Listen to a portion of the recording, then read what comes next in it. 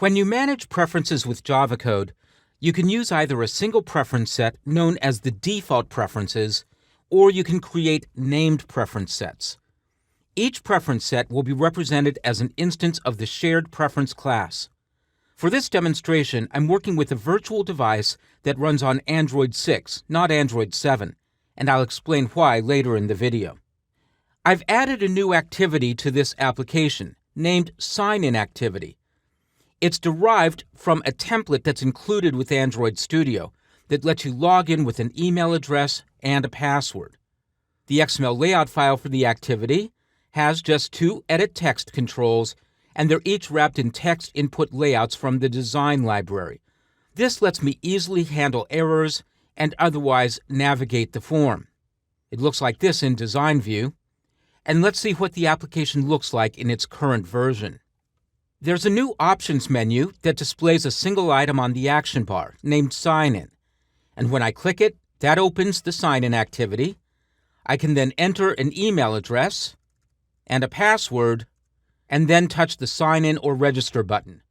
If I see a message that the password is too short, I'll enter another value, and now I'm taken back to the main activity, and I see a toast message indicating the email address that I entered.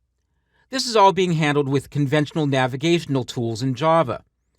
When the user selects the item on the action bar, I'm creating an intent, and then calling Start Activity for result, and navigating to the Sign-In activity.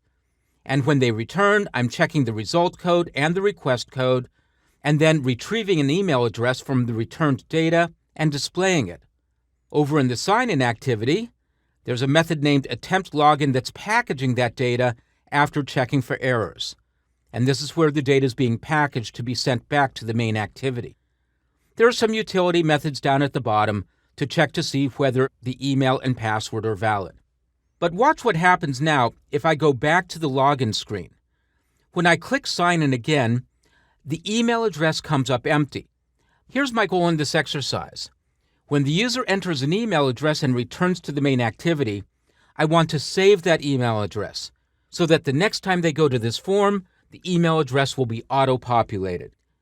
I'll start the work in the main activity class, here in the onActivityResult method. In addition to displaying the email address, I'll save it in Shared Preferences. I'll create a Java object that's an instance of a class named SharedPreferences.Editor. I'll name it Editor, and I'll get its value by calling the method getSharedPreferences. This method takes 2 arguments: the name of the preference set where you want to save the data, and typically it's good to use a constant for this, so I'll call it myGlobalPrefs. Then I'll use an intention action and create that constant as a member of this activity.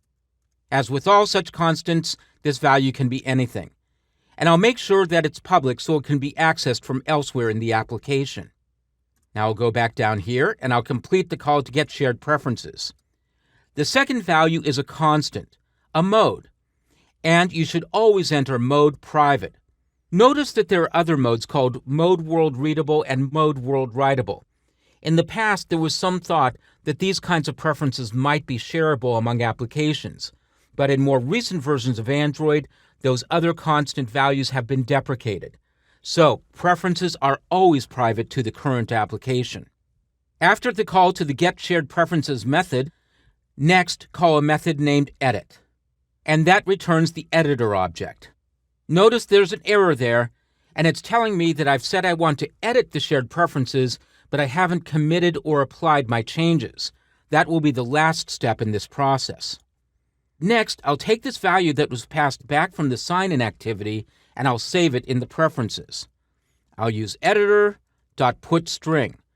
Notice that there are methods for Boolean, float, int, and long, and for string set when you want to pass in multiple strings. Once again, I need a key, and I'll just use the same one that I used before, with sign-in activity.email key. And then I'll pass in the email value. And finally, I'll save the changes by calling editor.apply.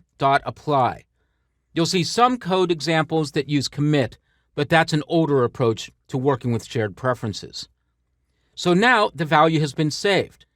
Next, let's take a look at how you can retrieve the value.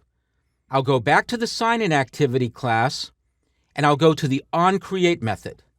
And here, I'll create an instance of the shared preferences object. This time I'm not using an editor, I'm just referring to the object itself. I'll name it prefs, and once again I'll call getSharedPreferences, and I'll pass in my global prefs from the main activity. And once again I'll pass in mode private. Now I have access to those preferences from this activity. To retrieve a value, use one of the get methods from the preferences object. Once again, there are get methods for string, boolean, float, int, and long, and for a string set. I'll call getString and I'll pass in the key again. And then I'll also pass in a default value. This is the value that will be returned if that key isn't found in the preferences set. And that will be the case the first time this code is called. Next, I'll check to see whether that value is blank.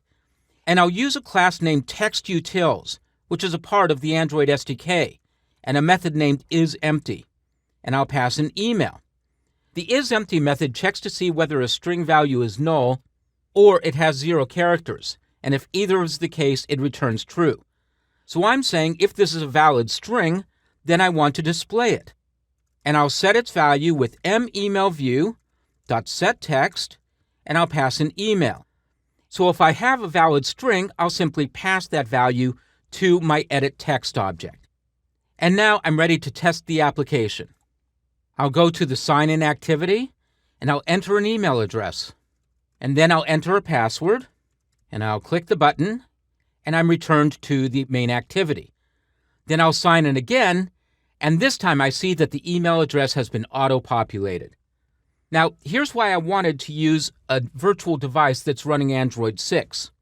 This information has been saved in an XML file on the device. These XML files are stored in internal storage, so they're hard to see if you don't have a device that's rooted or you're not working with the emulator. And further, the tool that I'm going to show you as of the time of this recording has a bug that makes it hard to use with Android 7. That's why I've downgraded to Android 6.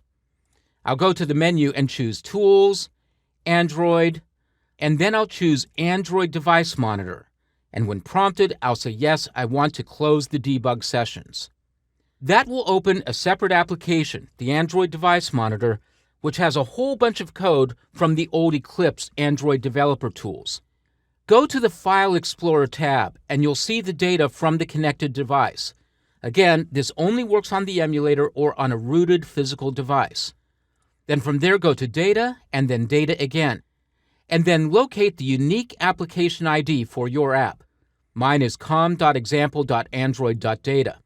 Open that, and there should now be a directory called Shared Prefs, and under that an XML file named for your preferences. Select it, then go to the toolbar and click Pull a File from the device, and save the file somewhere on your hard disk. I'll put it on my desktop.